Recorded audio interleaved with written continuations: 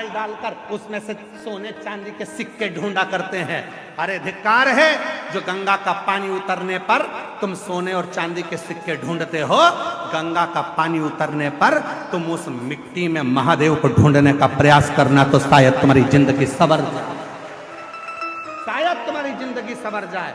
शिव महापुराण की कथा कहती है, जिस तालाब का जल कम होता है, जिस कुएं का जल कम होता है, जिस नदी का जल कम होता है, जिस सरोवर का जल कम होता है, वहां की मिट्टी को लाकर जब पार्थिव लिंग का निर्माण कर कर पूजन किया जाता है, तो उस नदी का जल स्तर जितना बड़ा होता है, उस नदी में जितना पानी पहले भरा होता है, उतना भंडार भोलेनाथ उसके घर में भरना चालू कर देते हैं। ये हमारा शास्त्र प्रमाण है।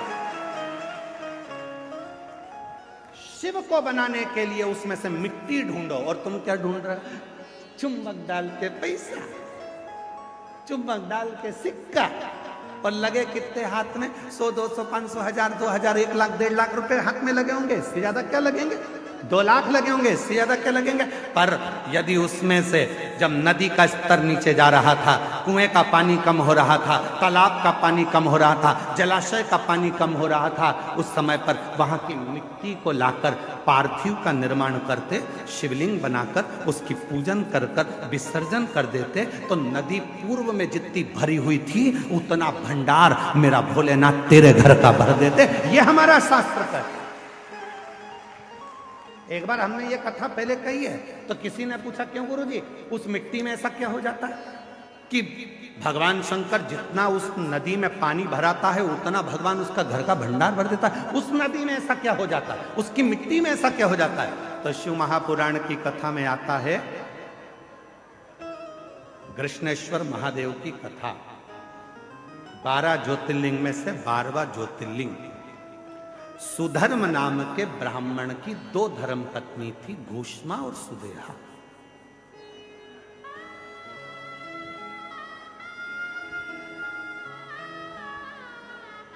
आप लोगों के मन में भी संशय होगा कि नदी का पानी उतरता है तो उसकी मिट्टी का शिवलिंग क्यों बनाया जाता है? उसका फल क्यों इतना कि भगवान का भंडार भर देता है? नदी, तालाब, बावड़ी, कुआं का पानी कम होता है तो उसकी मिट्टी को निकालकर उसका शिवलिंग बनाकर पूजन करने का फल क्या होता है? तो सुनो कृष्णेश्वर महादेव की कथा। सुधर्म नाम के ब्राह्मण की 2 धर्म पत्नियां थी, सुदेहा, घूष्मा, 2।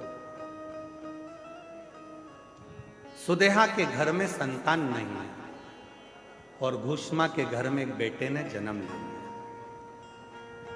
बेटे ने जन्म लिया तो सुदेहा का मुख उतर गया, मेरे गर्भ से औलाद नहीं हुई, और घूष्मा को औलाद हो गई।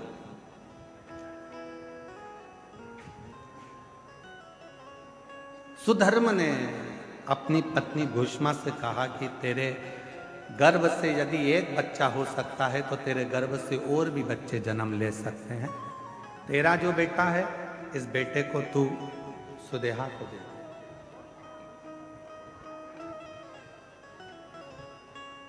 इस बेटे को तू सुदेहा को दे दे। सुदेहा को? हाँ, ठीक है। उत्सव रखा बड़ा भारी, और घूष्मा ने अपने बेटे को सुदेहा की गोद में दे दिया। अब घूष्मा का बेटा नहीं, अब सुदेहा का बेटा।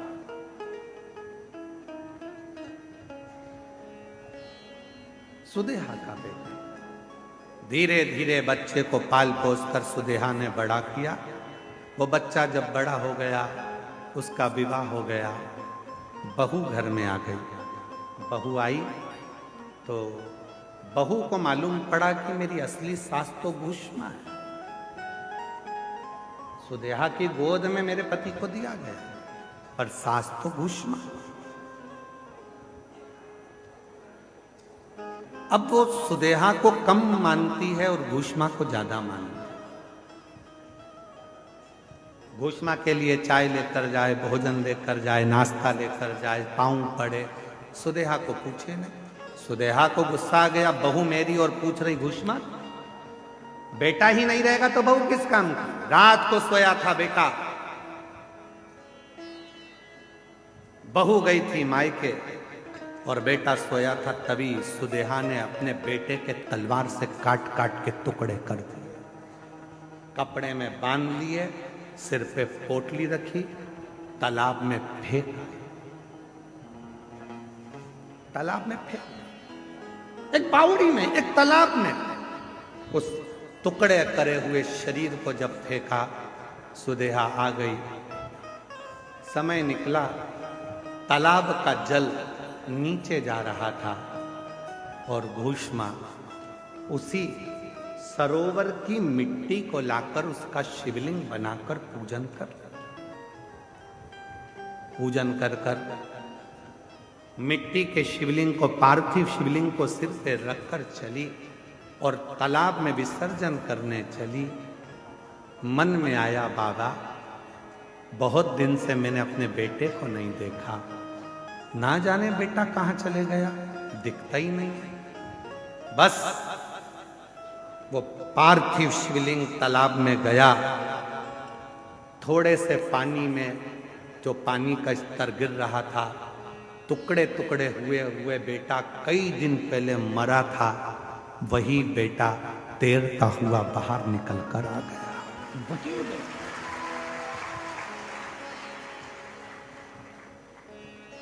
चीख पड़ी, मेरा बेटा और पानी में। मां से गले लगा, बेटा तू पानी में कैसे आ गया? पता नहीं, पर अंदर कोई बाबा था। दोनों पति पत्नी ने मेरी बहुत सेवा की। भूष्मा ने आवाज लगाकर कहा, बाबा मैं जानती हूं कोई दूसरा बाबा नहीं आ सकता, बाबा तो मेरा महादेव ही होगा। बाबा आओ दर्शन तो दो। तब मेरे भोलेनाथ निकल कर बाहर आए और कहा, भूष्मा जिस सरोवर में ना जाने कितने पार्थिव शिवलिंगों का निर्माण होकर विसर्जन हुआ, वो मिट्टी इस सरोवर में जमती चली गई और उसी मिट्टी के भाग से तूने मेरे शिवलिंग का निर्माण करा। तो जितने जितने पार्थिव लोगों ने पूर्व में बनाए थे, उन सब का कण कण मिलकर तूने मेरी आराधना करी, तो तेरा मरा हुआ बेटा भी जिंदा तुझे प्राप्त हो,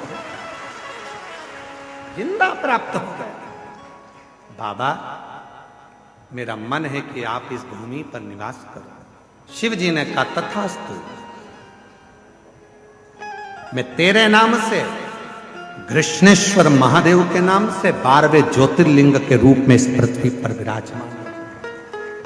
12वां ज्योतिर्लिंग का जो पूजन होता है, कृष्णेश्वर महादेव का जो पूजन होता है, कृष्णेश्वर महादेव की जो आराधना होती है, वो दुनिया के लोग जिस दिन समझ गए यहाँ जल का स्तर नदी का गिरा, गंगा जी थोड़ी खाली हुई, तुम चुंबक लेकर पहुंच गए, पैसा ढूंढने पहुंच गए, सोना ढूंढने पहुंच गए, चांदी ढूंढने पहुंच गए, नदी तालाब बावड़ी का स्तर गिरा, तुमने उसका पानी में सोना चांदी ढूंढा नहीं। जैसे ही नदी तालाब बावड़ी का पानी नीचे आए, उसकी मिट्टी को लाकर एक बार पार्थिव शिवलिंग का पूजन करो और आराधना करो। जैसे तेरी नदी का जल बढ़ता है, खूब बढ़ता है, ऐसे मेरे घर में भंडार भरना, सौभाग्य बढ़ना, संतान बढ़ना, वैभव बढ़ाना, तू कृपा करना। जैसे कृष्णेश्वर पर, भूष्मा पर तूने करुणा करी, वैसे मुझ पर कृपा करना, वो करेगा।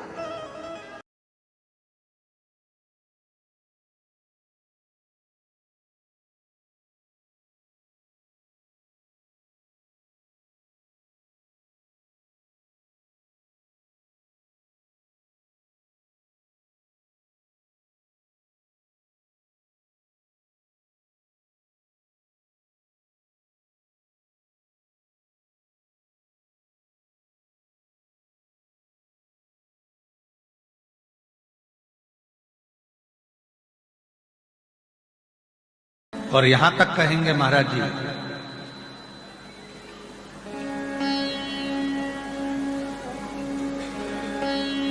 कि बन सके कभी कोई डॉक्टर बोल दिया कि बहुत रोग तुम्हारे शरीर में फैल चुका है और शरीर का रोग ठीक नहीं है, वो रोग ठीक नहीं हो रहा। सारा तुमने पूरा बल लगा लिया, पूरा दम लगा लिया, परंतु तुम्हारा वो रोग समाप्त ही नहीं हो रहा है। तुम्हारा रोग समाप्त ही ना हो। अगर तुम्हारा रोग समाप्ति पर ना जा रहा हो, बीमारी बढ़ती चली जा रही हो, बहुत ज्यादा कष्ट भी हो रहा हो, सरसों के फूल पीला कलर का होता है। सरसों का फूल किसी नदी, तालाब, बावड़ी, कुआं, सरोवर के तट पर एकांत में कोई शिव मंदिर हो या शंकर जी का कोई शिवलिंग रखो एकांत में। कभी तुम नहाने गए और तुम्हें दिख गया कि यहाँ एकांत है, कोई है नहीं और शंकर जी अकेले बैठे हैं, तो सरसों का फूल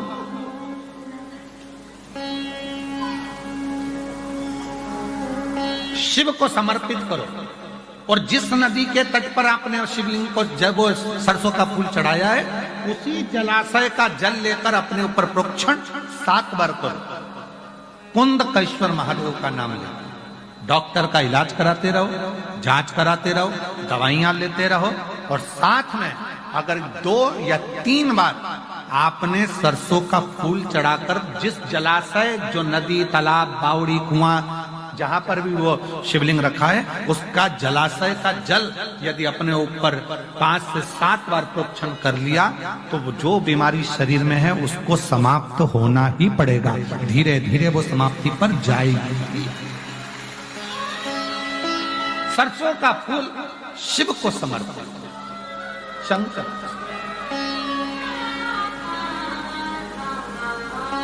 सरसों डॉक्टर कह दिए कंठ पर कोई रोग है, वक्षस्थल पर कोई रोग है, छाती में कोई गठान आ गया है, रोग आ गया, तो वो रोग धीरे धीरे मिट रहा है। लग रहा है समय लग रहा है, परंतु आप डॉक्टर की दवाई लो, जांचें कराओ, औषधि लो, दिखाओ, जांच कराओ, पर साथ में, क्योंकि हमने पहले भी कहा डॉक्टर शंकर का एक रूप होता है, डॉक्टर शिव का एक रूप है। डॉक्टर जैसा कहे वैसा करो, पर साथ में शिव पर भरोसा कर कर शंकर का विश्वास। एक पत्र है, अच्छा है।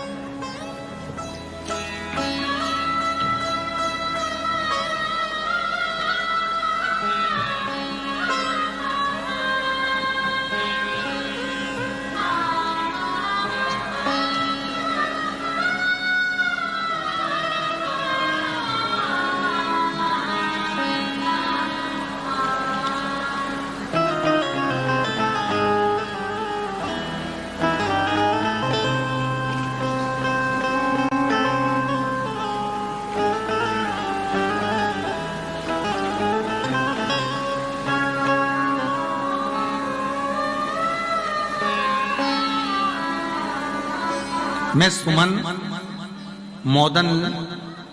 मोदनवाल, मेरे पति का नाम रुपेश मोदनवाल। कहीं बैठे हो तो हाथ हिला सकते हैं। रुपेश मोदनवाल, सुमन मोदनवाल, कहीं बैठे हो तो हाथ हिला सकते हैं और बेलपत्र लेने के लिए आ सकते हैं। मैं सुमन मोदनवाल, जिला जौनपुर, मछली शहर। सुमन मोदनवाल मेरे पति का नाम, रुपेश मोदनवाल मेरा मोबाइल नंबर ये। मेरे पति को कैंसर रोग हो गया, 4th स्टेज का कैंसर हो गया। डॉक्टर ने जवाब दे दिया, डॉक्टर ने कहा इनका ऑपरेशन भी नहीं कर सकते क्योंकि ये शरीर ऐसा नहीं। घर ले गए। हमने उत्तर प्रदेश के हॉस्पिटलों में दिखाने के बाद हम उनको बॉम्बे ले गए। बंबई में उनका इलाज करवाया तो भी डॉक्टरों ने कह दिया अंतिम समय लेगा, 4th स्टेज का कैंसर फैल चुका है, करें तो करें क्या।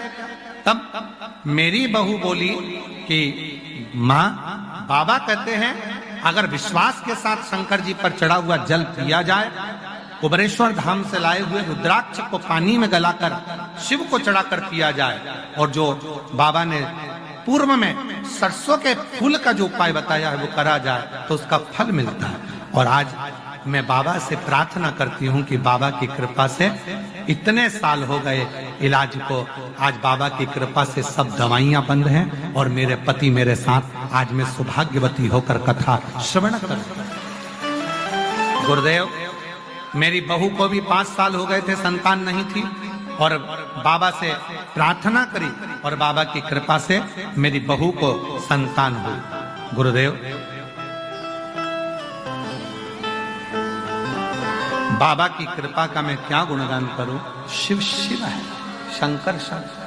तो शिव पुराण कह रही, भगवान शंकर का पवित्र चरित्र कहता है, शिव तत्व कहता है कि जब हम कोई मन से, भाव से, हृदय में रखकर शिव को अपने मन की कोई बात कहते हैं तो शिव उसको स्वीकार करते हैं,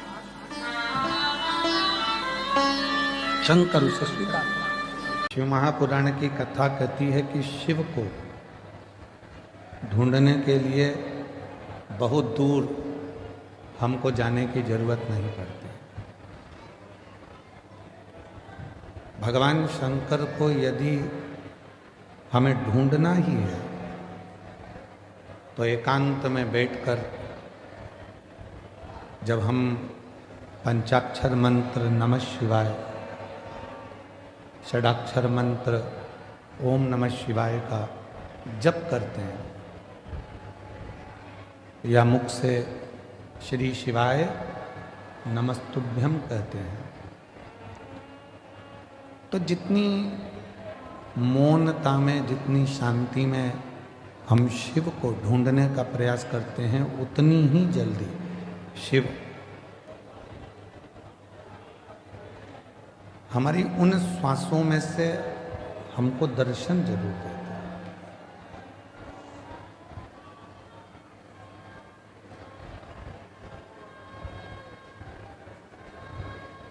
हम दूसरे को बोलते हैं कि ध्यान से पढ़ना,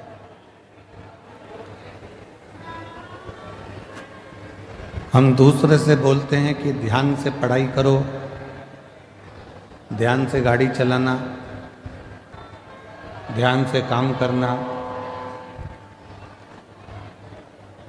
और ऐसा नहीं है कि केवल 1 या 2 ही लोग ऐसा बोलते हैं, बहुत सारे लोग। आप अपने बच्चों से भी कहते हो ध्यान से पढ़ो, ध्यान से पढ़ाई करो, ध्यान से गाड़ी चलाओ, ध्यान से काम करो। पर शिव महापुराण की कथा कहती है कि पहले हम दूसरे से कह सकते हैं कि ध्यान से काम करो, ध्यान से गाड़ी चलाओ, ध्यान से पढ़ाई करो, पर शिव पुराण की कथा कहती है कि पहले अपने को भी, अपने ऊपर भी ध्यान देना जरूरी है। कहीं हम अपने पथ से तो नहीं भटक रहे, कहीं हम अपने पथ से तो नहीं भटक रहे।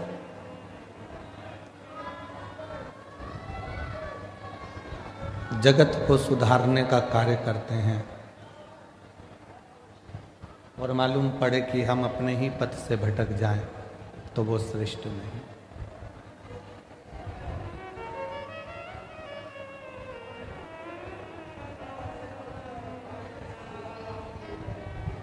एक बहू सोचती है कि मैं मेरे घर में जाऊंगी ससुराल में तो मैं मेरे ससुराल को सुधार दूंगी। सास सोचती है कि मैं, मेरी बहू कैसी भी आएगी मैं उसको सुधार दूंगी। पर शिव महापुराण की कथा कहती है, भगवान शंकर की कथा कहती है कि तुम्हें दूसरे को सुधारने की जरूरत ही नहीं पड़े।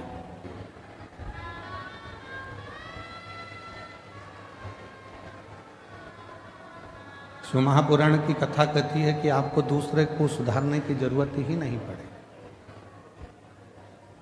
जरूरत है हमें अपने आप को सुधारने की, जरूरत है हमें अपने आप को सुधारने की। गायत्री परिवार वाले कहते हैं हम सुधरेंगे, जम के बोलो, युग सुधरेगा। हम बदलेंगे, युग बदलेगा। अर्थात गायत्री परिवार में कहा जाता है कि हम सुधरेंगे युग सुधरेगा, मतलब हमको सुधारना स्वयं को जरूरी है।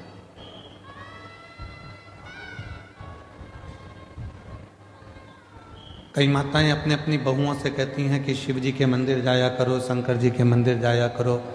कोई बेटे से कहती हैं बेटा मंदिर जाया करो, कोई पति से कहती हैं कि आप मंदिर जाया करो।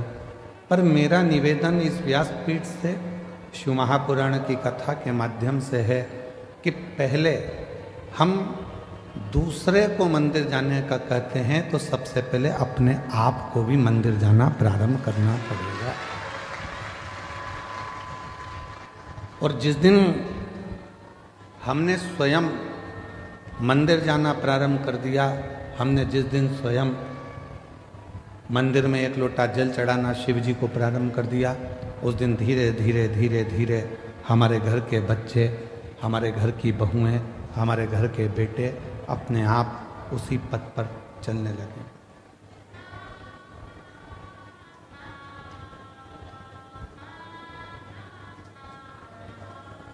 हम कहते तुम करो,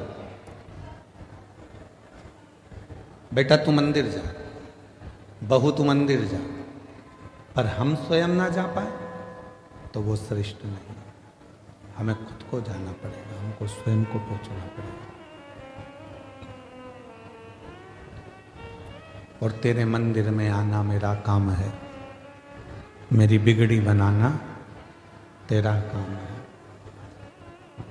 जब आप अपना पिता मानकर भगवान शिव को, कालाधिपति महाकाल को, मेरे ओघड़दानी विश्वनाथ को, मेरे कुबरेश्वर महादेव को, मेरे शंकर भगवान को अपना पिता मानकर उसके करीब में जाकर बैठोगे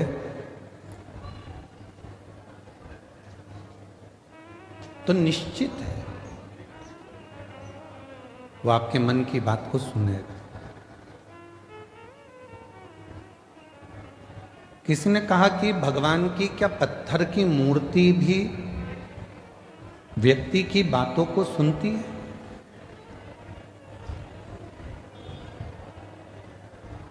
क्या पत्थर की मूर्ति हम जो कहेंगे वो सुनेगी?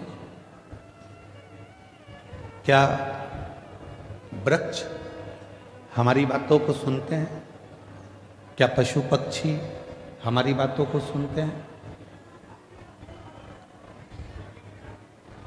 क्यों नहीं? एक घर की स्त्री, घर की नारी जब तुलसी जी में जल चढ़ाती है और प्रसन्न चित्त होकर जल चढ़ाती है तो तुलसी के पत्ते भी प्रसन्नता का भाव दर्शाते हैं। पीपल के वृक्ष में भी आप अगर प्रसन्न होकर जल चढ़ाते हो तो पीपल का वृक्ष भी प्रसन्नता देता। बट वृक्ष में आप प्रसन्न होकर जल चढ़ाते हो तो बट वृक्ष भी प्रसन्नता का भाव देता। बेलपत्री का छोटा सा पौधा है, उसमें आप प्रसन्न होकर जल चढ़ाइए तो वह बेलपत्र भी प्रसन्नता का भाव देता।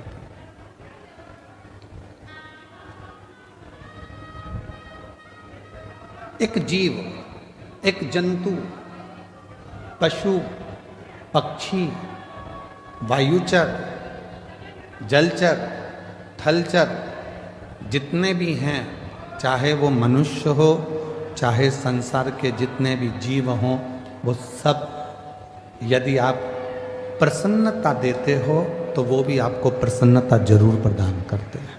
प्रसन्नता ने दिया, बोलते जाओ भगवान ने। तो भोजन कौन देगा? अरे बोलो जम के। मेहनत किसको करना है? अपन को। परिश्रम अपने को करना है, मेहनत अपने को करना है, पर फल देगा। और इसका एक प्रसंग है, ये बक्सा चल रहा है, इसका एक प्रसंग है और बड़ा सुंदर सा एक प्रसंग आता है। एक मलुक नाम का एक लड़का था, उसका दोस्त शिव जी का बड़ा भगत था। शंकर भगवान के मंदिर में वो रोज जाता, रोज जल चढ़ाता, शिव जी की आराधना करता, साधना करता, भजन करता, और ये दिन रात उस पर कटाक्ष करता। दिन भर उस पर तर्क करता मल्लू। अब एक दिन मल्लुक ने अपने दोस्तों को रोक लिया, कहाँ जा रहा है? कि मंदिर जा रहा हूं। अरे थोड़ा काम धंधा कर ले, या जा जरा काम धंधा कर। ये शंकर भगवान को नहलाने से, लोटा भर के जल चढ़ाने से कोई शंकर जी कुछ थोड़ी ना दे देगा। काम नहीं करेगा तो क्या शंकर जी खाने को दे देगा? लड़ाई हो गई मल्लुक की और उसके दोस्त की। नहीं करूंगा काम तो भी मेरा भोलेनाथ खाने को देगा। मल्लुक ने कहा अगर तेरा भोलेनाथ काम नहीं करूं और खाने को दे तो मैं भी चल करने को तैयार हूं। एक परीक्षा करूंगा, वन में जाकर बैठ जाऊंगा, देखूं तेरा भोलेनाथ मुझे खाने को देता है कि नहीं देता। अगर मेरे शंकर भगवान ने तुझे खाने को दे दिया तो काम मैं रोज एक लोटा जल चढ़ाने के लिए शंकर जी के मंदिर में जाऊंगा। और अगर तेरे शंकर भगवान ने मुझे खाने को नहीं दिया तो काम मैं मंदिर जाना छोड़ दूंगा, लोटा भर जल चढ़ाना छोड़ दूंगा। दोनों में झगड़ा हो गया, दोनों में लड़ाई हो गई। अब दोनों में झगड़ा हो गया और जो मल्लुक था वो लड़ झगड़ के जंगल में चले गया। जंगल में जाकर उसने विचार करा, जंगल में रहूंगा और कोई मुझे भोजन देकर चले गया तो एक काम करता हूं, ये पीपल के पेड़ पे चढ़ के बैठ जाता हूं। कोई आएगा भी नहीं, भोजन देगा भी नहीं, और भोजन नहीं मिलेगा तो मेरा दोस्त मंदिर जाना छोड़ देगा और मेरा झंझट मिट जाएगा, फिर मेरे साथ घूमेगा, एंजॉय करेगा। ठीक है, पेड़ पे चढ़ गया। इसका दोस्त गया शंकर जी के मंदिर में जल चढ़ाकर बोला, भोले बाबा वो मल्लुक गया है, उसमें अक्ल नहीं है, परीक्षा लेने गया है आपकी कि भोलेनाथ खाने को देगा क्या? बाबा उसका पेट भर देना बेचारे का, भूखा रहेगा। जल चढ़ाया और जैसे ही जल चढ़ाया शंकर भगवान को और दोस्त घर पर आया, आने के बाद तुरंत आज शिवजी ने जो लीला करी वो देखिए। शंकर भगवान ने ऐसी लीला कर दी कि एक गाय चराने वाला कपड़े में 4 रोटी बांधकर उसमें थोड़ा सा अचार और कांदा रखकर लाया और विचार करने लगा, मुझे गाय यहीं पर चराना है, मेरी रोटी कहीं दूसरा ना खा जाए, इसलिए इसको पीपल के पेड़ पर टांग देता। रोटी टांग दी पीपल के पेड़ पर। मल्लुक ने विचार करा, इसका शंकर भगवान तो गजब का है रे, रोटी ऊपर दे दी पीपल के पेड़ पर वो तो कह रहा था कि भगवान खिला कर जाता है, नहीं खाऊंगा, रोटी टंगी है, खा नहीं रहा।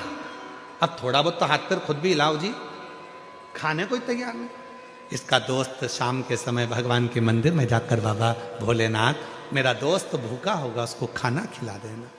शंकर भगवान ने डमरू का नाद करा, 4-6 डाकू घोड़े पे बैठकर धड़ धड़ धड़ धड़ आ गए पीपल के पेड़ के नीचे। जैसे ही थोड़ी देर उन डाकुओं ने आराम करा, उसमें से एक थोड़ा सा विश्राम करा। उसने कहा, सरदार बहुत भूख लग रही है, कहीं से माँ जगत जननी जगदम्बा खाना दे दे तो पेट भरा जाए। इतने में दूसरा बोला, अरे देखो पेड़ के ऊपर रोटी टंगी है, जल्दी उतारो खाते हैं। और जो पेड़ पे से रोटी उठाई और सबने मिलाकर खाने ही वाले थे, इतने में दूसरा बोला, एक भी रोटी मत खाना, ऊपर पुलिस वाला बैठा है, जरूर रोटियों में नींद की गोली मिलाई होगी और पकड़ा जाएंगे तो जूते खाएंगे, इसलिए ले जाकर ये बंद कर देगा, कारागार में डाल देगा, एक रोटी मत खाना। और सबने कहा करें क्या? सरदार ने कहा, इसको नीचे उतारो।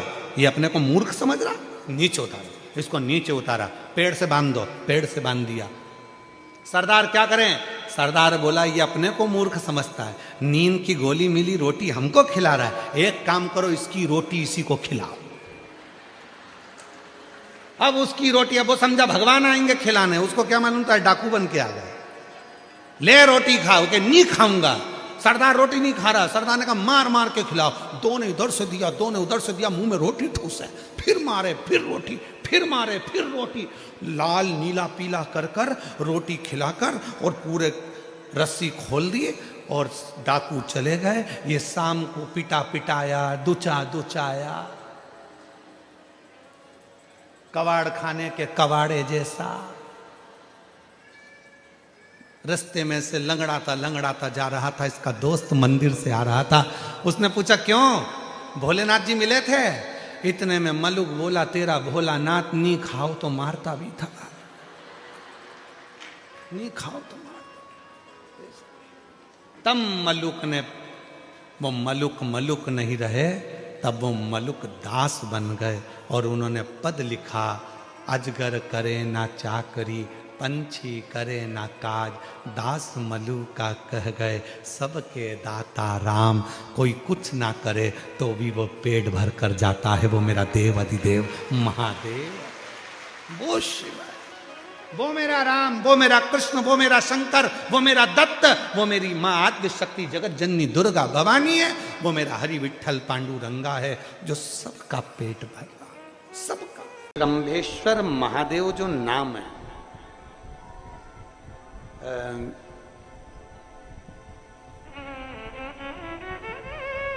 भगवान शंकर ने सारे 33 कोटि देवताओं को अपने अंदर समाहित कर कर ये रूप रखा था श्रम्भ पक्षी। 33 कोटि। मान लो आपके ग्रह अनुकूल नहीं चल रहे हो, कोई कह दे कि मंगल बेकार है, कोई कहे शनि बेकार है, कोई कहे रवि बेकार है, कोई के बुध बेकार है, कोई के गुरु बेकार है, कोई के शनि बेकार, कोई के ये बेकार, कोई के तुम्हारा ग्रह बेकार चल रहा है, तुम्हारी किस्मत बेकार चल रही है, तुम्हारा भाग्य बेकार चल रहा है। तो पहले तो जो तुमसे कह दे कि तेरा भाग्य बेकार चल रहा है, उसके चरण छू के उसको प्रणाम करके वापिस आ जाओ। क्यों? जिसने पृथ्वी पर जन्म दिया, जिसने नेत्र दिए, मुख दिया, हाथ दिए, पांव दिए, पूरा शरीर दिया, सारी इंद्रियां दी, रहने को घर दिया, खाने को अन्न दिया, अगर कोई तुमसे कहे कि तेरा भाग्य बेकार चल रहा है, तो पहले तो उसको प्रणाम कर कर वापिस आ जाओ। एक शब्द में मत सुनो, वापिस आ जाओ। क्योंकि दुनिया में आप सबसे ज्यादा भाग्यशाली हो जो भगवान ने आपको पृथ्वी पर पैदा करा। कुत्ता बना के पैदा नहीं करा, जानवर बनाकर पैदा नहीं करा, झिंगुर और कीट पतंगा बनाकर पैदा नहीं करा, सड़ते हुए कुत्ते के शरीर में इल्ली पड़ जाती है वो बनाकर पैदा नहीं करा, कीड़ा चूहा बनाकर पैदा नहीं करा। मेरे भगवान ने तुम्हें मनुष्य बनाकर पैदा करा है। जितने पृथ्वी पर मानव पैदा होते हैं ये अपने आप में भाग्यशाली होते हैं, कोई अभागा पैदा नहीं होता। कोई तुमसे कह दे तेरा भाग्य बेकार चल रहा है, तेरी किस्मत बेकार चल रही है, उसके पांव पड़ो, वहां से निकल लो, अपनी पत्रिका लपेटो और वापिस सजाओ जन्म पत्रिका लेकर। भाग्य तुम्हारा बेकार नहीं है, तुम्हारी किस्मत बेकार नहीं है। भाग्य उसका बेकार है जो तुमको कह रहा है कि तुम भाग्यशाली नहीं हो, तुम किस्मत वाले नहीं। भाग्य उसका बेकार है जो पृथ्वी पर जन्म ले लेता है, शंकर जी के मंदिर में 1 लोटा जल चढ़ाना चालू कर देता है, शंकर के मंदिर में झाड़ू पोछा करना प्रारंभ कर देता है, वो कभी भी अभागा नहीं होता, वो भाग्यशाली ही होता है। वो अभागा नहीं है, वो भाग्यशाली है। और जितने पृथ्वी पर मनुष्य जन्म है, चाहे वो छोटे से छोटा, बड़े से बड़ा, आपका हाथ पैर शरीर सब भगवान ने दिया है, आपको करोड़पति बनाकर पैदा करा है, फिर भी आप अपने आप को अगर अभागा समझते हो तो आपके ऊपर है। किस्मत वाले हो, करोड़पति बनाकर भेजा।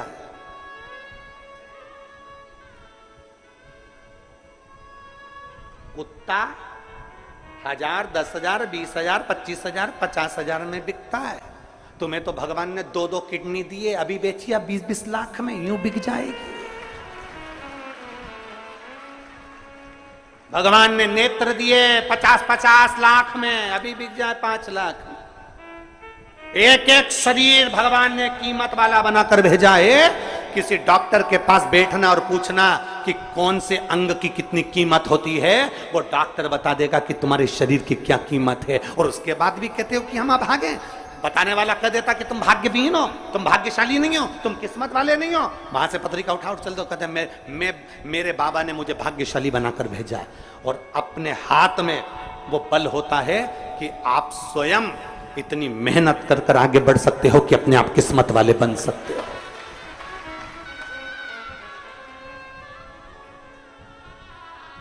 अपने आप। और हम तो बाबा चलते हैं। आप स्वयं भाग्यशाली हैं, आप स्वयं किस्मत वाले हैं। कोई कैसे कहते तुमको कि तुम अभागे हो? ना ना, हमारे बराबर भाग्य नहीं है किसी का।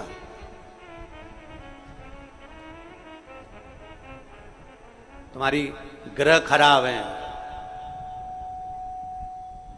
तुम्हारे ग्रह खराब हैं। संभेश्वर महादेव का नाम 7 कनेर के पुष्प, कितने 7 कनेर मालूम है?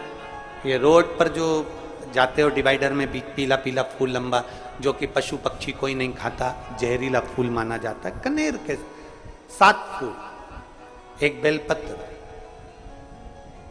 जिस समय पर कनेर का फूल बेलपत्र के साथ चढ़ाया जाएगा तो 7 कनेर के पुष्प सीधी बेलपत्र पर आपको रखना। 2-3 प्रदोष कर कर देखना। अगर कोई आपसे कहे कि आपका भाग्य ठीक नहीं चल रहा, आपकी किस्मत ठीक नहीं चल रही, आपके ग्रह ठीक नहीं चल रहा है, आप भाग्यशाली नहीं हो, पहले तुम वहां से उठ जाओ, उसके बाद में देवाधिदेव महादेव के पास 7 कनेर के पुष्प एक बेलपत्र में रखकर नंदीश्वर के पास में बैठकर श्री शिवाय नमस्तुभ्यम बोलकर अशोक सुंदरी वाली जगह पर स्पर्श कराकर भगवान शंकर पर 7 फूल के साथ बेलपत्री की डंडी अशोक सुंदरी की साइड हो, ऐसा स्मरण करते हुए शिव को समर्पित कर दे।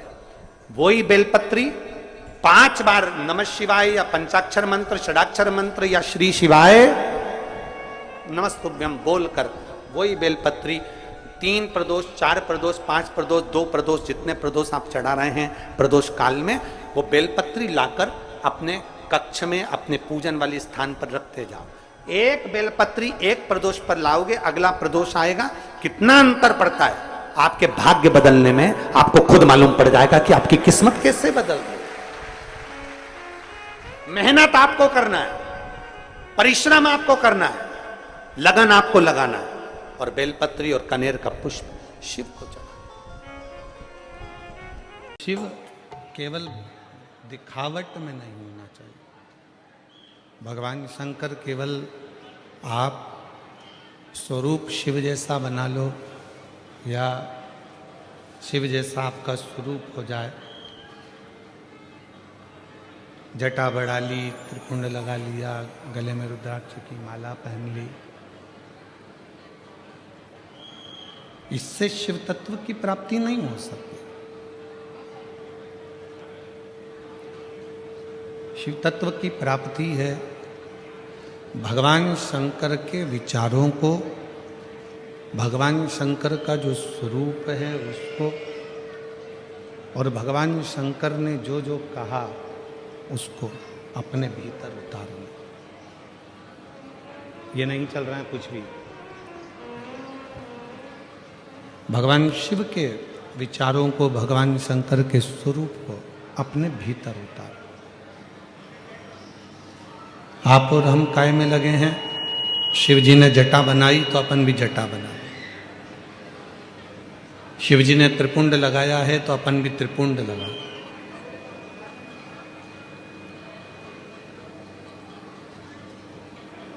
शिव जी ने मृगछाला पहनी है तो अपन भी मृगछाला पहन।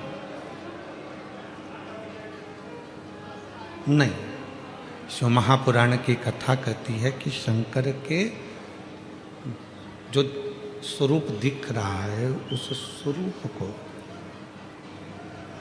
अपना बनाने से पहले शंकर भगवान के जो विचार हैं,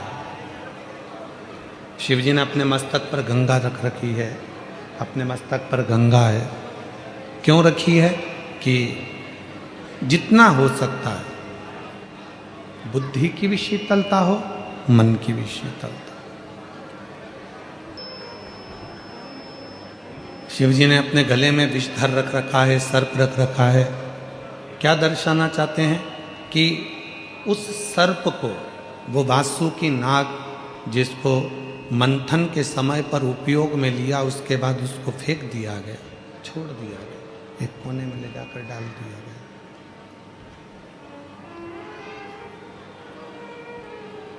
कोई देवता उस वासुकी नाग को पूछने भी नहीं गया कि तुझे तकलीफ क्या।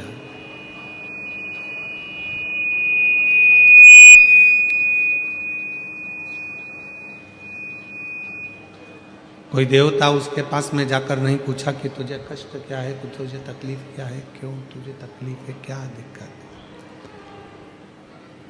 तब माँ पार्वती जी के कहने पर भगवान शंकर ओघड़दानी त्रिकालदर्शी कैलाशी विनाशी शिव उसके पास में गए। भगवान शंकर गए और शिव जी ने जब देखा उस वासुकी नाग की दशा को कि ये सब दूर से हार चुका है, टूट चुका है, शरीर में से इसके रक्त बह रहा है और ये अब संभल नहीं पाएगा, अब संभल नहीं सकता है। तब भगवान देवाधिदेव महादेव ने, भगवान शंकर ने उस वासुकी नाग को अपने गले में धारण कर लिया, अपने गले में पहन लिया। गले के शिव महापुराण की कथा कहती है, भगवान शंकर का चरित्र कहता है, शिव तत्व कहता है, शिव महापुराण की कथा कहती है। जो दुनिया में हर जगह से टूट चुका है, जिसको लोगों ने ठोकर मार दी, धक्के दे दिए, अपशब्द कह दिया, ताने दे दिए, आड़ा टेढ़ा कह दिया, जो दुनिया में बहुत बहुत टूट चुका है, उसे कोई नहीं अपनाएगा। अगर अपनाएगा तो केवल मेरा देव अधिदेव महादेव ही अपनाएगा, मेरा शंकर अपनाएगा, मेरा शिव अपनाएगा।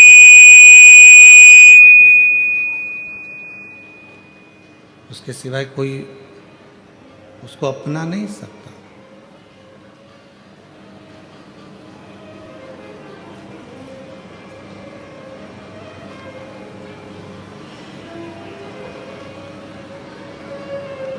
आप सब भगवान श्री श्याम नरेश जी की कथा का स्मरण करते हैं।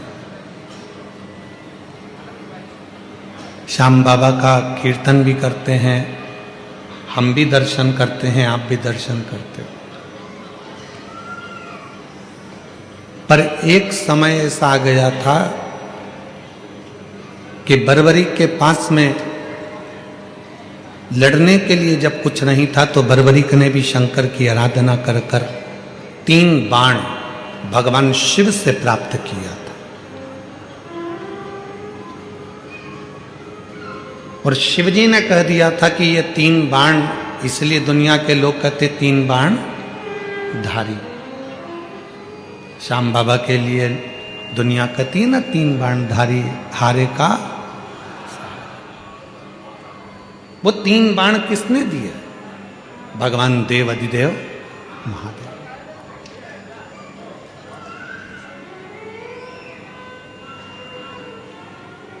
शिव ने ये दर्शाया, शिव ने ये बताया कि दुनिया में कोई हार चुका है, थक चुका है, ठोकरें खा चुका है, और वो सारी दुनिया में जब वो हर जगह से हार जाता है, ठोकर खा लेता है, फिर वो जब शिव की शरण में आता है, शंकर की शरण में आता है, तो वो खाली नहीं जाता। शिव उसको स्वीकार कर लेते हैं, शंकर उसको स्वीकार।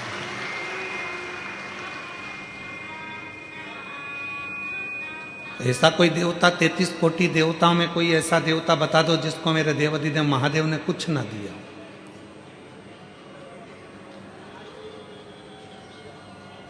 ऐसा कोई देवता बता दो 33 कोटि देवता में जिसको भगवान शंकर ने कुछ प्रदान ना किया। इंद्र को भी उसकी सत्ता वापस मिली है तो शिव की कृपा से मिली।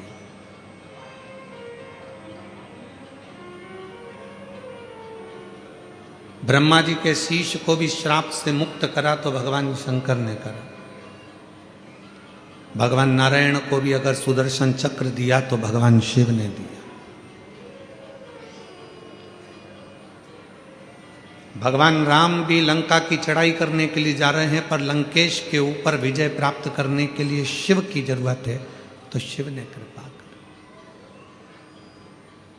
जब भगवान कृष्ण की 16,108 रानियों से संतान की प्राप्ति नहीं हुई, तब गर्गाचार्य बाबा के कहने पर शिव की आराधना करें।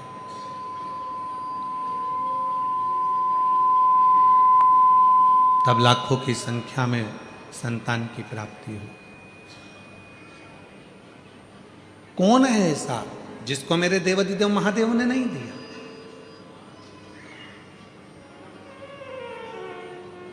माँ दुर्गा, माँ सती, जगतजननी, कुष्मांडा, बगलामुख, मातंगी, धूमावती, जितनी जितनी देवियां हैं, सारी देवियों को भी अगर कुछ प्रदान किया है तो मेरे शंकर भगवान ने उन शक्तियों को प्रदान किया, शिव ने दिया।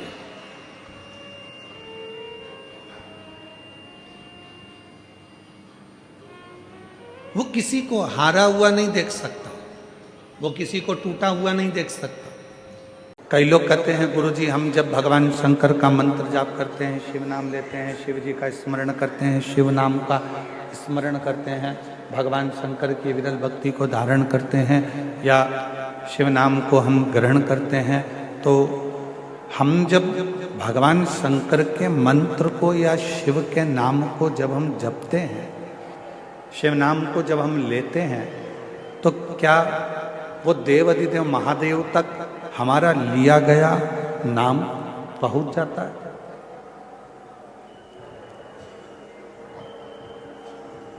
क्या देवाधिदेव महादेव तक हमारा लिया गया नाम पहुंच सकता है? तो पहले तो अपने भीतर से एक भ्रम निकालो, अपने अंदर का एक भ्रम निकालो कि महादेव तक हम जो नाम ले रहे हैं वो पहुंचेगा कि नहीं पहुंचेगा। पहले अपने भीतर का ये भ्रम समाप्त कर। मतलब कौन मार्ग बताए? भटका हुआ व्यक्ति शिव का नाम लेकर सतमार्ग पर चल सकता है।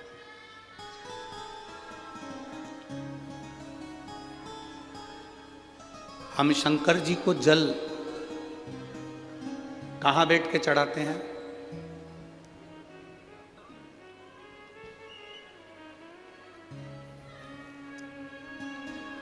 बोलो बोलो, जन्म के बोलो जरा।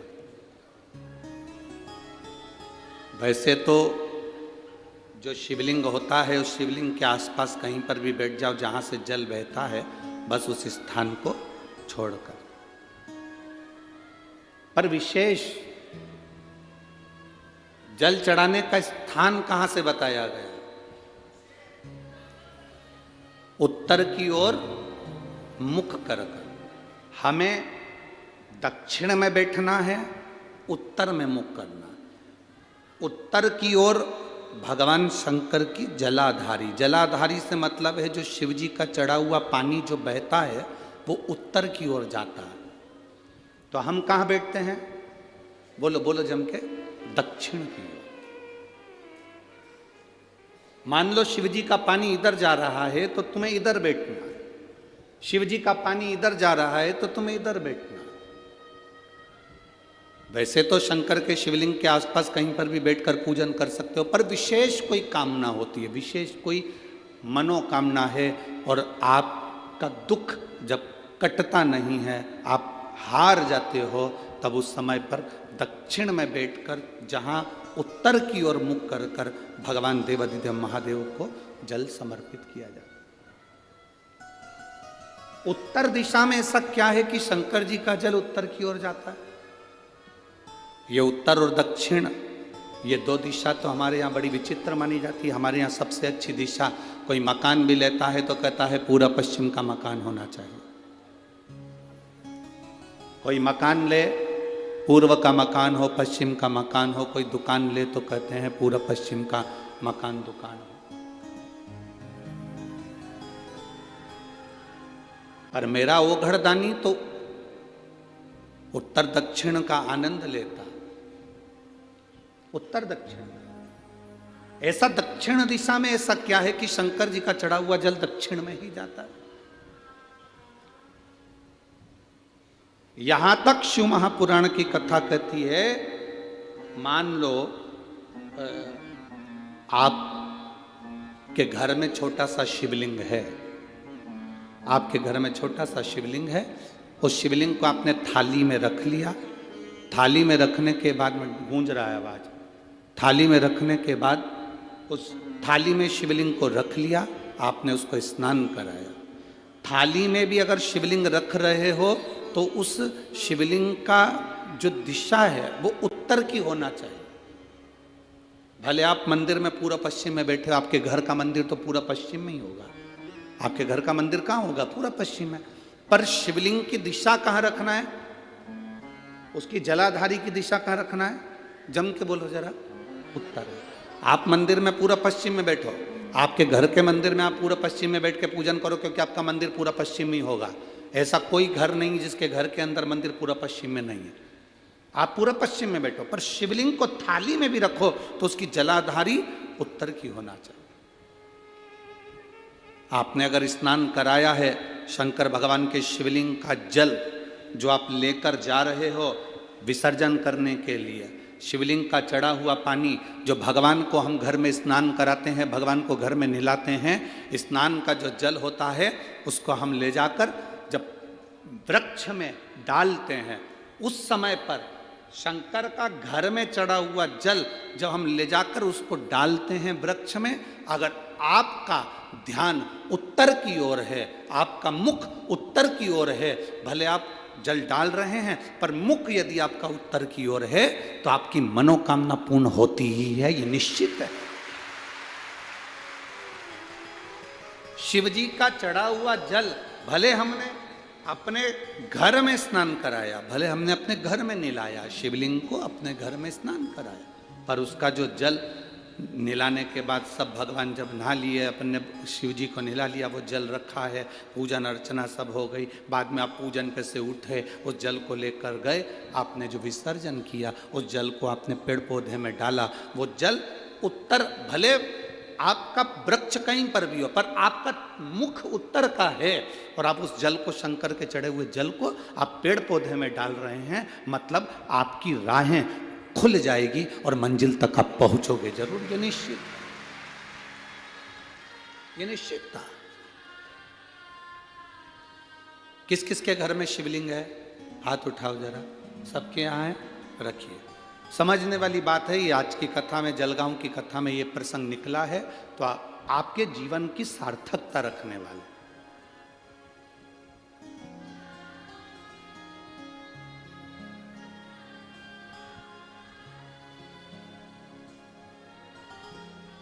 केवल एक दिशा की मूलता रखकर भी हम सुख पा सकते, दिशा की मूलता।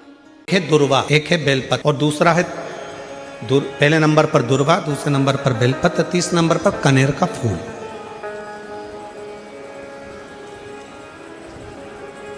कोई अच्छा कार्य करते करते कई माताएं ऐसी होती हैं जो अपने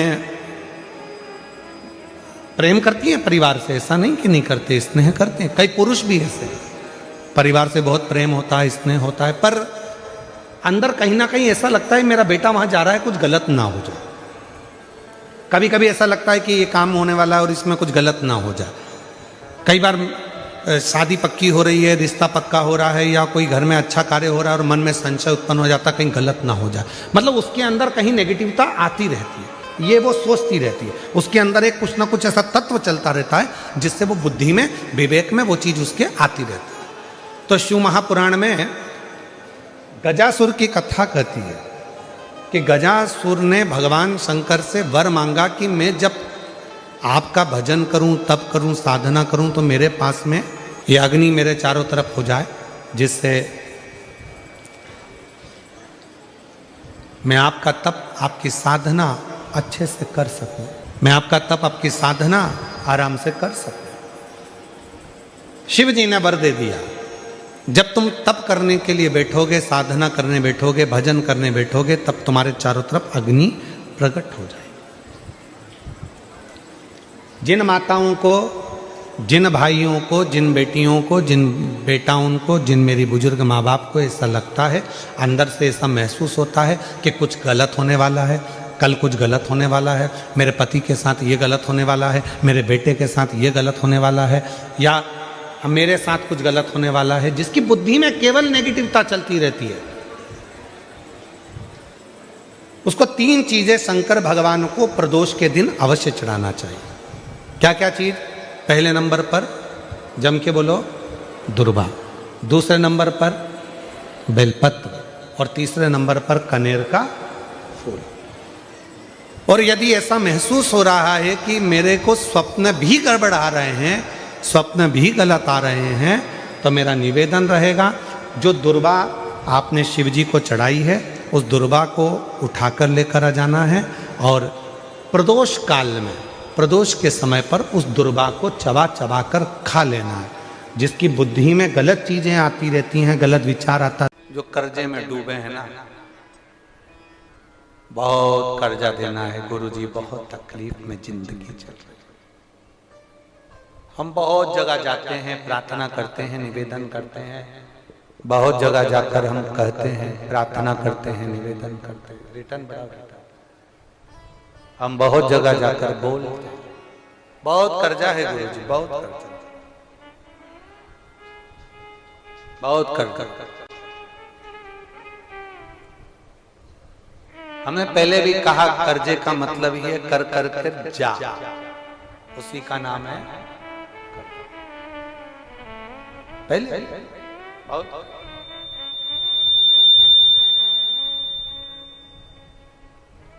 बहुत तकलीफ है।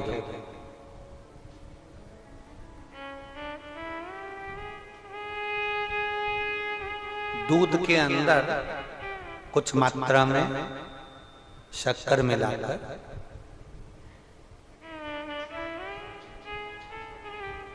कुछ मात्रा में शक्कर मिलाकर दूध के अंदर एक बेलपत्र बाबा देवादिदेव महादेव को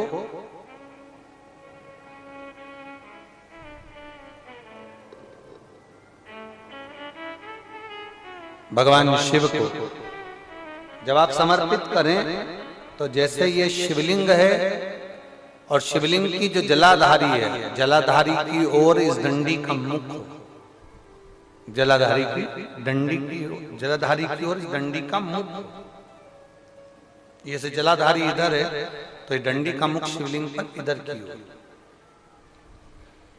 दूध में कुछ मात्रा में मिली हुई शक्कर, कुछ मात्रा। हमेशा एक बात याद रखना कि जब भी सूर्य नारायण भगवान को जल दिया जाता है या शंकर भगवान को कोई जल समर्पित किया जाता है, शिव जी को जल चढ़ाया जाता है, तो जो जल चढ़ाने वाला पात्र होता है जिसमें जल भरा है या दूध भरा है या सामग्री भरी हुई है, और आपको अभिषेक करना है, शंकर भगवान से अपने मन की कामना वाला पूजन करना, प्रयास करना।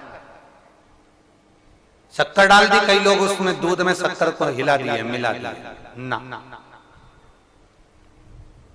जल भरा, जल में कुछ आ गया, उंगली डालकर निकाल दिया, या कोई पत्ते से या कोई फूल से या कोई सामग्री से निकाल दिया ना।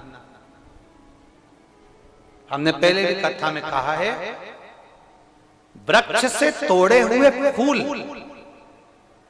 और यहां तक एक कथा में वर्णन किया कि एक फूल ऐसा भी है जो तोड़ा नहीं जाता, जमीन पर गिरा हुआ फूल। कौन सा बताया था? पारिजात।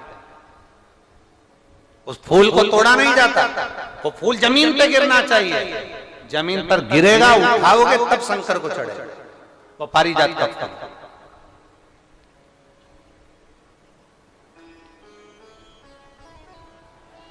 वो पारिजात का पुष्प, पुष्प का एक नियम है। अब वृक्ष से फूल तोड़े आपने और उसको धो दिया, वृक्ष को, टूटे हुए फूल को तुमने धो दिया या पानी के पात्र में उसको डाल लिया, पानी के पात्र में भी अगर उसको डाल दिया, तुम्हारे पास बाल्टी है, कमंडल है जिसमें पानी भरा हुआ है, लोटा है जिसमें पानी भरा हुआ है, उसमें फूल डाल दिया तुमने, वो फूल भगवान को समर्पित कर रहे हो, निकाल कर वो फूल भगवान शंकर कभी स्वीकार नहीं करेगा, कभी नहीं स्वीकार करेगा, कोई देवता उस पुष्प को कभी स्वीकार नहीं करेगा।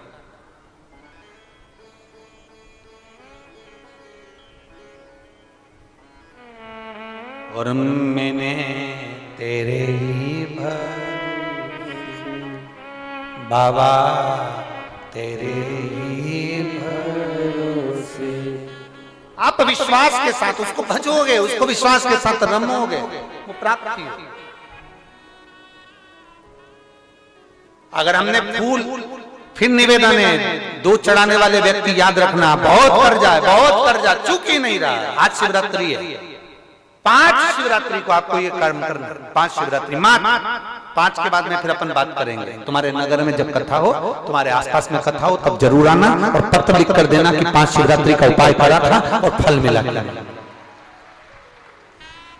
5 शिवरात्रि बेलपत्री की डंडी का मुख जलाधारी की ओर है। दूध में शक्कर मिलाना, शक्कर मिलाने का मतलब है दूध का पात्र उसमें शक्कर डाल दी, पर हाथ नहीं डाला, चम्मच नहीं डाली, फूल नहीं डाला, उसको हिलाया नहीं गया है। यहां तक शास्त्र कहता है शंकर को चढ़ाने वाले जल का जो पात्र होता है, जिसमें जल भरा होता है, जल का जो पात्र होता है, शिव जी को जल चढ़ाने वाला, बहुत अब हम क्या वर्णन करें, बोलेंगे तो आप कहते हो गुरु जी आप तो ना जाने कहां के नियम लेकर आते हो, ना जाने कहां। कई लोगों की आदत होती है कि शिव जी को भी राम झारे से जल चढ़ाना।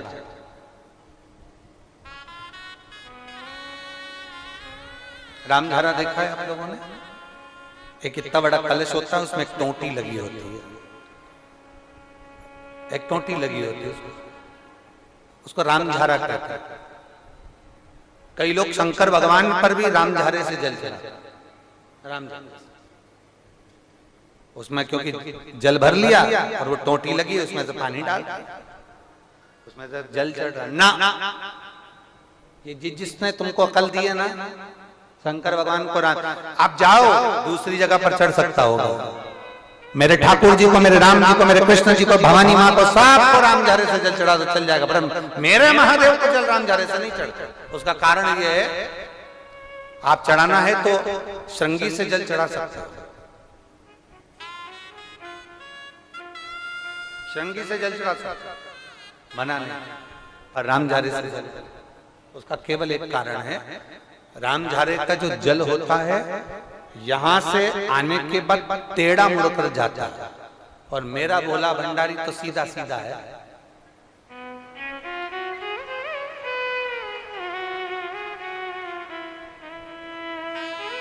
फिर वो भी बहुत घूम फिर के तेरे पास आता है, बहुत घूम फिर, सहजता में भगवान शिव को रिझाने का प्रयास,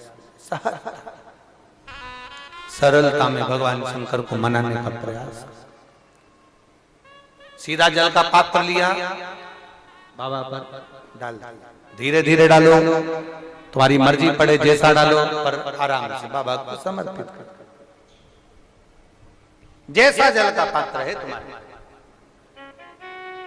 अब कोई कहता गुरु जी भगवान शंकर को जल चढ़ाने के लिए चांदी का लोटा चाहिए, तांबे का लोटा चाहिए, स्टील का लोटा चाहिए, पीतल का लोटा चाहिए, कांसे का लोटा चाहिए, मट्टी का लोटा चाहिए, कौन सा लोटा चाहिए? शिव पुराण में ये कुछ भी नहीं लिखा। तुम्हारी श्रद्धा, तुम्हारा विश्वास। अभी इससे पहले वाली कथा में हमने कहा था, कई लोगों ने एक नियम बना लिया कि चांदी की बेलपत्र भगवान को चढ़ा। कहीं लिखा है?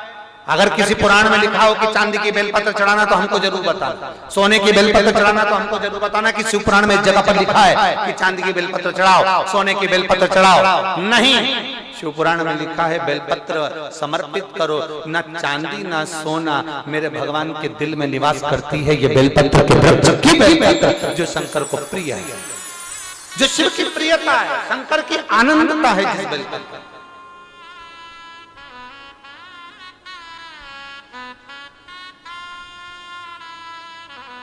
और भोले भंडारी रे दूर करो दुख मेरा, ओ त्रिपुरारी रे दूर करो दुख मेरा। बड़ी दूर से आई बाबा, बड़ी दूर से आई बाबा, दूर करो दुख मेरा, हरे त्रिपुरारी दूर करो दुख मेरा, भोले भंडारी रे दूर करो दुख मेरा। आप समर्पित करें बेलपत्र की डंडी का मुख इधर, जलाधारी की ओर, जल चढ़ा, दूध चढ़ाया, शक्कर मिला हुआ, और दूध चढ़ाने के बाद में एक छोटे से पात्र में उस दूध को झेल लिया, फिर बाद में जल चढ़ाया। पहले पात्र में दूध को झेल लिया, उसके बाद में जल चढ़ाया, फिर जल चढ़ाया। वो जो दूध लेकर आए उसका एक बिंदी अपने दरवाजे पर या अपनी अलमारी पर या अपने व्यापार के स्थान पर दूध की एक उंगली, मात्र उतना ही दूध लेकर, उसको पीना नहीं है, उतना ही दूध लेकर आना है, केवल एक उंगली जो लग जाए द्वार, और थोड़ा मंदिर से थोड़ा जल्दी आने का प्रयास करना, क्योंकि वो दूध का जो पात्र है ना, कई लोग बहुत चतुर होते हैं, वो सूख जाता है तो उसमें एक्स्ट्रा पानी मिला लेते हैं, जिससे गीला हो जाए फिर चिपका देते हैं। दुनिया में चतुर लोग बहुत सारे पड़े हुए हैं। थोड़ा जल्दी आ जाओ मंदिर से, जिससे वो दूध की एक बूंद जो दूध लेकर आए हो वो सूखे ना। उस दूध की एक बूंदी भी अगर आपने 5 शिवरात्रि कर लिया, 5 शिवरात्रि के बाद बात करेंगे कि कर्जा कितना रह गया और कितना चूका, फिर बात करेंगे, बात विचार कर। वो शिव उघड़ी है, शंभू उघड़ी है। दूध में शक्कर मिलाकर चढ़ाने पर या गुड़ मिलाकर चढ़ाने पर या शंकर भगवान को जो अपन दूध में थोड़ी सी मिष्ठान डालकर जो दूध चढ़ाते हैं ना, उसका फल कितना होता है आप शिव महापुराण में उसको पढ़ सकते हैं, उसका स्मरण कर सकते हैं, उसका अध्ययन कर सकते हैं। जब हम परमात्मा के नजदीक में होते हैं, भगवान के पास में होते हैं, तो अपने आप में आपके भीतर एक विश्वास जागृत होना चाहिए कि परमात्मा ने हमको अपने करीब में क्यों रखा।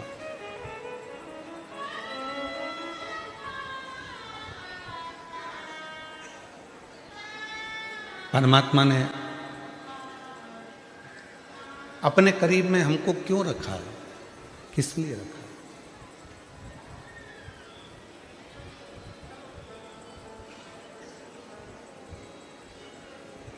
जो दुनिया में तर्क करता है वो कभी शिव का नहीं हो सकता।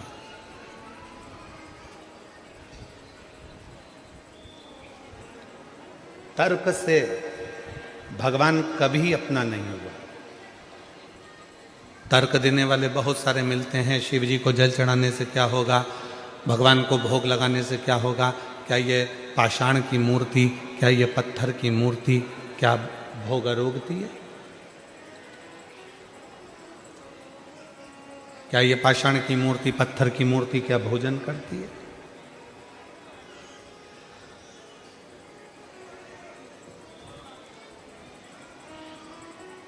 और तर्क करने वाले तर्क करते रहते हैं और वो परमात्मा से दूर होते चले जाते हैं। पर जिनके अंदर विश्वास होता है वो बिना तर्क के भगवान पर इतना भरोसा कर लेते हैं कि भगवान आकर उनके दुख को मिटाकर चला जाता है। अच्छा, जो तर्क कर रहा है, जो तर्क कर रहा है वो भी अपना है, और जो विश्वास कर रहा है वो भी अपना है।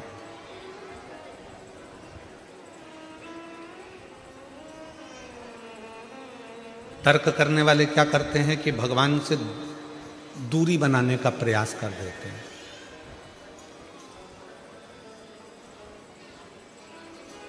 तर्क करने वाला परमात्मा से आपको दूर कर देगा, और विश्वास करने वाला परमात्मा से आपको दूर नहीं करेगा।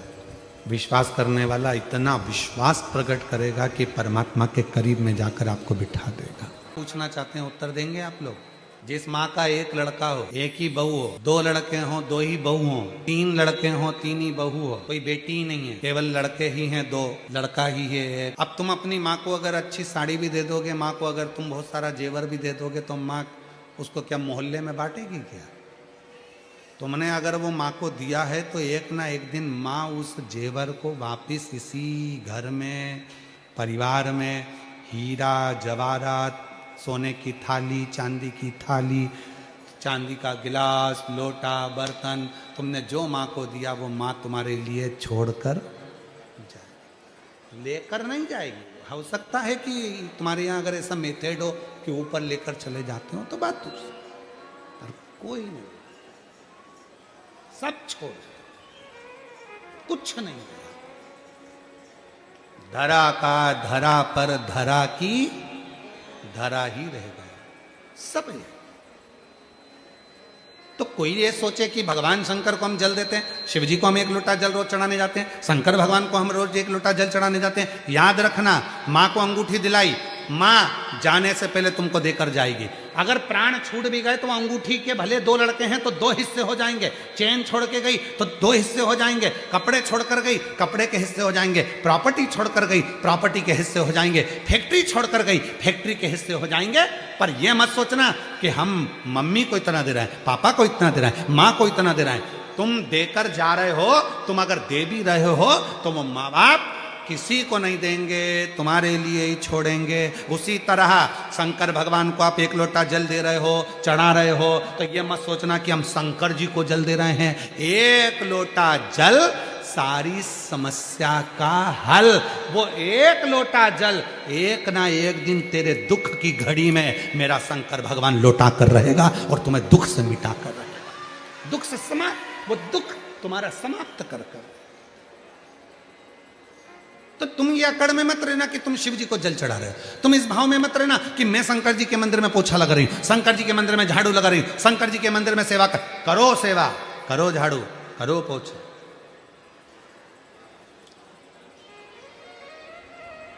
यहां लाल भाई सिंगर जी बैठे हुए हैं। ये कल हमारे वो संत बाबा बता रहे थे कि हमारे उधर गौशाला में इनकी ओर से कई साल भर कहीं ना कुछ व्यवस्थाएं चलती रहती है। फिर हमें सूचना मिली कल परसों में कि कई बुजुर्ग बेधव्य माताओं का भी रख रखाव, चिकित्सा और अन्य व्यवस्था हमारे लाल जी भाई करते हैं। सिंगर जी, मैं आपको धन्यवाद देता हूँ लाल भाई सिंगर जी, आपको साधुता देते हैं। ये आपका समर्पण होना चाहिए, समर्पण का भाव ऐसा ही होना चाहिए।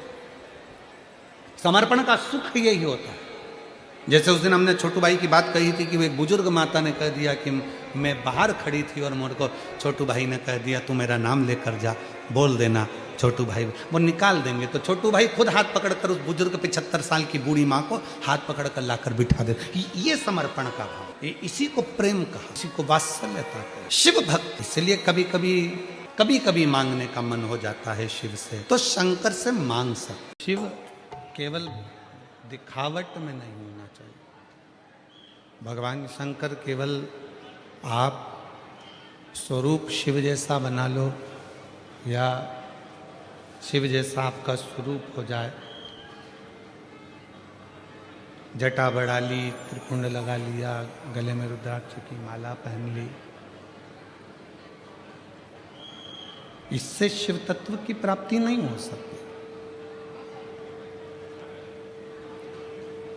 शिव तत्व की प्राप्ति है भगवान शंकर के विचारों को, भगवान शंकर का जो स्वरूप है उसको, और भगवान शंकर ने जो जो कहा उसको अपने भीतर उतारना।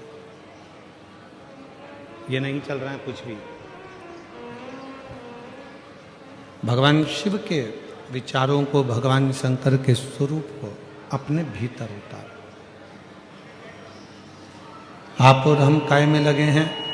शिव जी ने जटा बनाई तो अपन भी जटा बनाए, शिव जी ने त्रिपुंड लगाया है तो अपन भी त्रिपुंड लगा।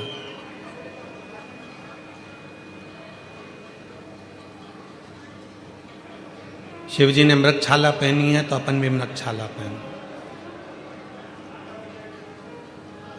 नहीं, शिव महापुराण की कथा कहती है कि शंकर के जो स्वरूप दिख रहा है उस स्वरूप को अपना बनाने से पहले शंकर भगवान के जो विचार हैं, शिव जी ने अपने मस्तक पर गंगा रख रखी है, अपने मस्तक पर गंगा है। क्यों रखी है? कि जितना हो सकता है बुद्धि की भी शीतलता हो, मन की भी शीतलता। शिव जी ने अपने गले में विषधर रख रखा है, सर्प रख रखा है। क्या दर्शाना चाहते हैं? कि उस सर्प को, वो वासुकी नाग जिसको मंथन के समय पर उपयोग में लिया, उसके बाद उसको फेंक दिया गया, छोड़ दिया गया, एक कोने में ले जाकर डाल दिया गया।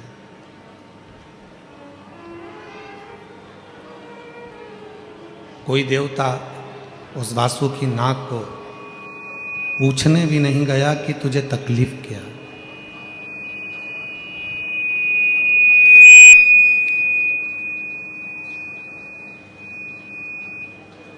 कोई देवता उसके पास में जाकर नहीं पूछा कि तुझे कष्ट क्या है, कि तुझे तकलीफ क्या है, क्यों तुझे तकलीफ है, क्या दिक्कत है। तब माँ पार्वती जी के कहने पर भगवान शंकर, ओघड़दानी, त्रिकालदर्शी, कैलाशी, अविनाशी शिव उसके पास में गए। भगवान शंकर गए और शिव जी ने जब देखा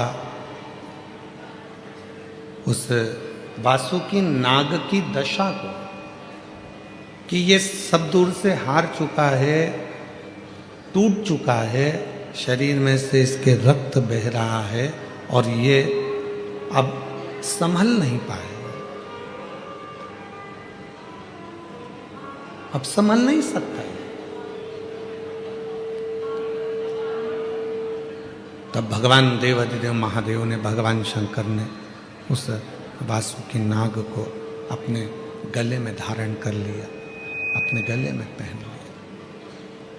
गले के अंदर शिव महापुराण की कथा कहती है, भगवान शंकर का चरित्र कहता है, शिव तत्व कहता है। जैसे कनेर का फूल और दुर्वा का संग,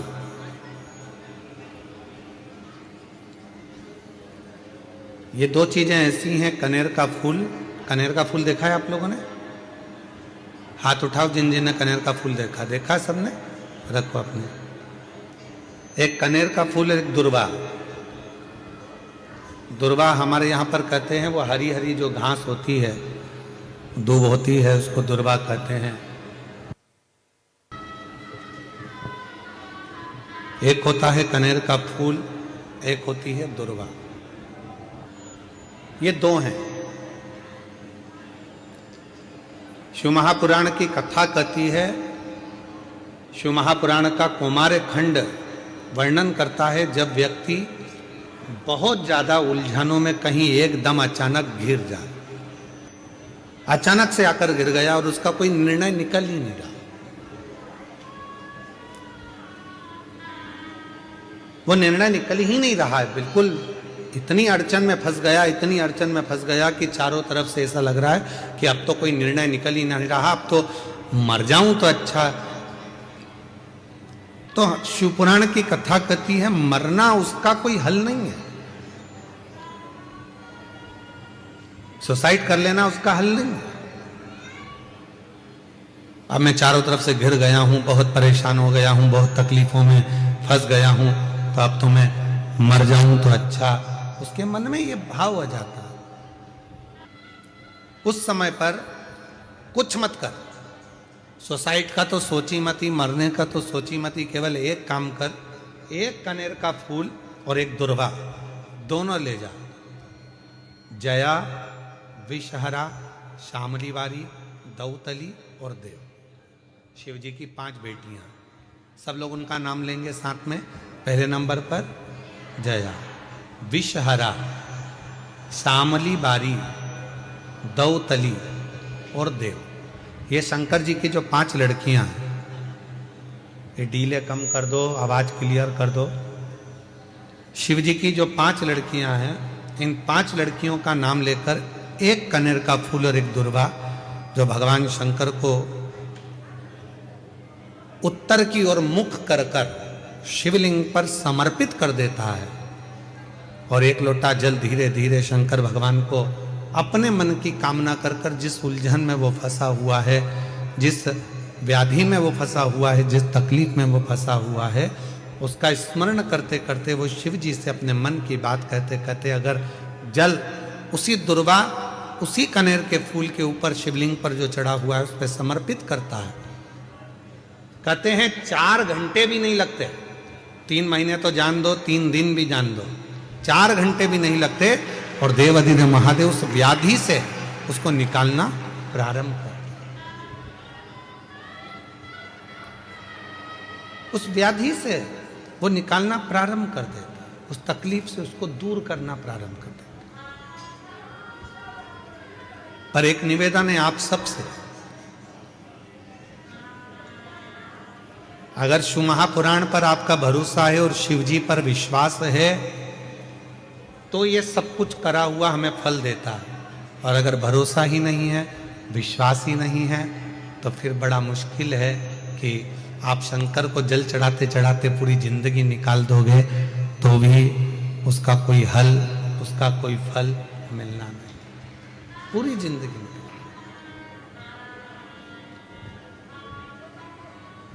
आप दिल से उसको निवेदन करो, प्रार्थना करो, वो तेरा ही दिया मैंने खाया पिया,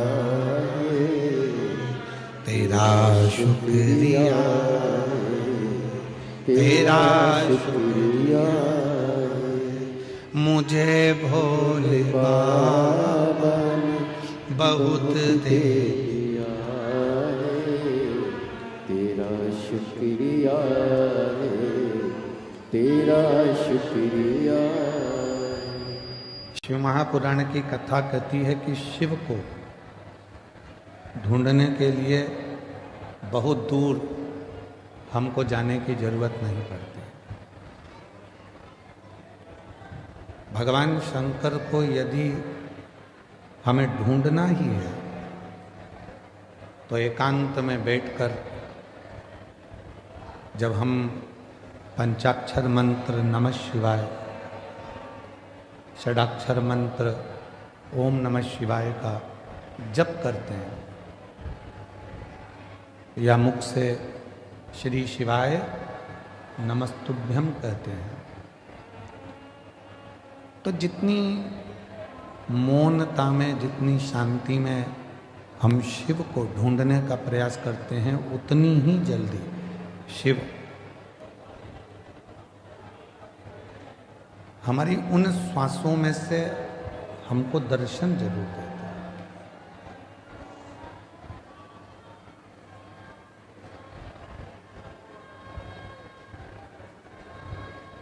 हम दूसरे को बोलते हैं कि ध्यान से पढ़ना,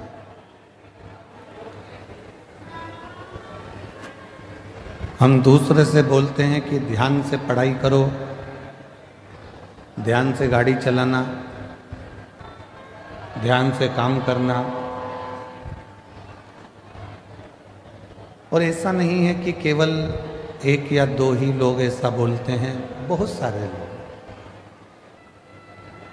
आप अपने बच्चों से भी कहते हो ध्यान से पढ़ो, ध्यान से पढ़ाई करो, ध्यान से गाड़ी चलाओ, ध्यान से काम करो। पर शिव महापुराण की कथा कहती है कि पहले हम दूसरे से कह सकते हैं कि ध्यान से काम करो, ध्यान से गाड़ी चलाओ, ध्यान से पढ़ाई करो, पर शिव पुराण की कथा कहती है कि पहले अपने को भी, अपने ऊपर भी ध्यान देना जरूरी है। कहीं हम अपने पथ से तो नहीं भटक रहे, कहीं हम अपने पथ से तो नहीं भटक रहे।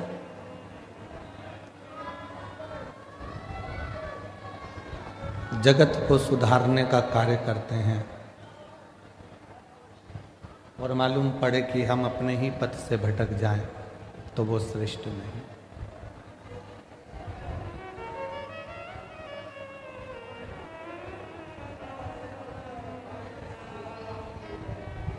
एक बहू सोचती है कि मैं मेरे घर में जाऊंगी ससुराल में तो मैं मेरे ससुराल को सुधार दूंगी। सास सोचती है कि मैं मेरी बहू कैसी भी आएगी मैं उसको सुधार दूंगा। पर शिव महापुराण की कथा कहती है, भगवान शंकर की कथा कहती है कि तुम्हें दूसरे को सुधारने की जरूरत ही नहीं पड़े।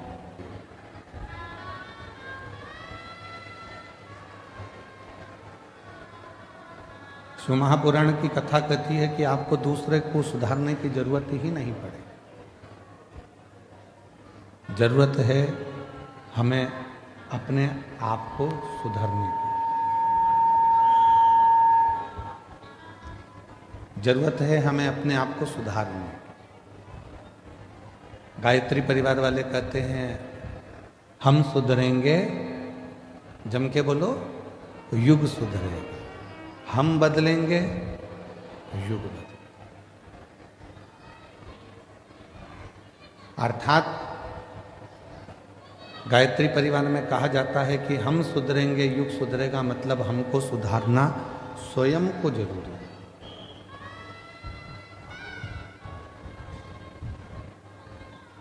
कई माताएं अपने अपनी बहुओं से कहती हैं कि शिव जी के मंदिर जाया करो, शंकर जी के मंदिर जाया करो। कोई बेटे से कहती हैं बेटा मंदिर जाया करो। कोई पति से कहती हैं कि आप मंदिर जाया करो।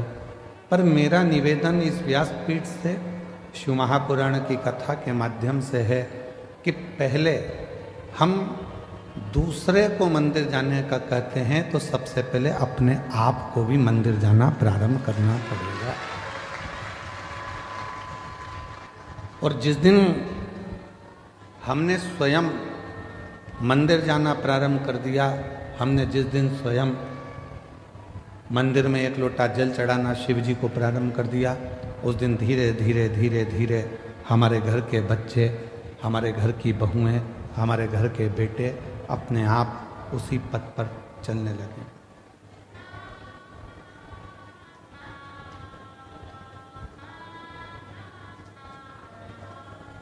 हम कहते तुम करो, बेटा तू मंदिर जा, बहू तू मंदिर जा, पर हम स्वयं ना जा पाए तो वो श्रेष्ठ नहीं। हमें खुद को जाना पड़ेगा, हमको स्वयं को पहुंचना पड़ेगा।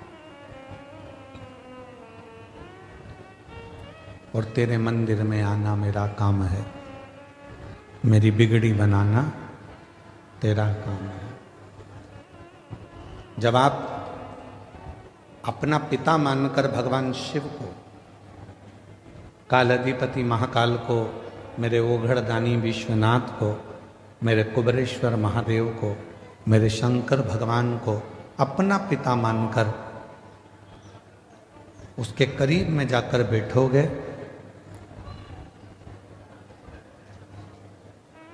तो निश्चित है वो आपके मन की बात को सुनेगा। किसी ने कहा कि भगवान की क्या पत्थर की मूर्ति भी व्यक्ति की बातों को सुनती है?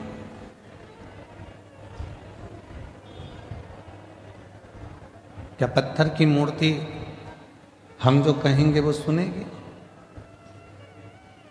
क्या वृक्ष हमारी बातों को सुनते हैं? क्या पशु पक्षी हमारी बातों को सुनते हैं? क्यों नहीं? एक घर की स्त्री, घर की नारी जब तुलसी जी में जल चढ़ाती है और प्रसन्न चित्त होकर जल चढ़ाती है तो तुलसी के पत्ते भी प्रसन्नता का भाव दर्शाते हैं। पीपल के वृक्ष में भी आप अगर प्रसन्न होकर जल चढ़ाते हो तो पीपल का वृक्ष भी प्रसन्नता देता। बट वृक्ष में आप प्रसन्न होकर जल चढ़ाते हो तो बट वृक्ष भी प्रसन्नता का भाव देता। बेलपत्री का छोटा सा पौधा है, उसमें आप प्रसन्न होकर जल चढ़ाइए तो वह बेलपत्र भी प्रसन्नता का भाव देता।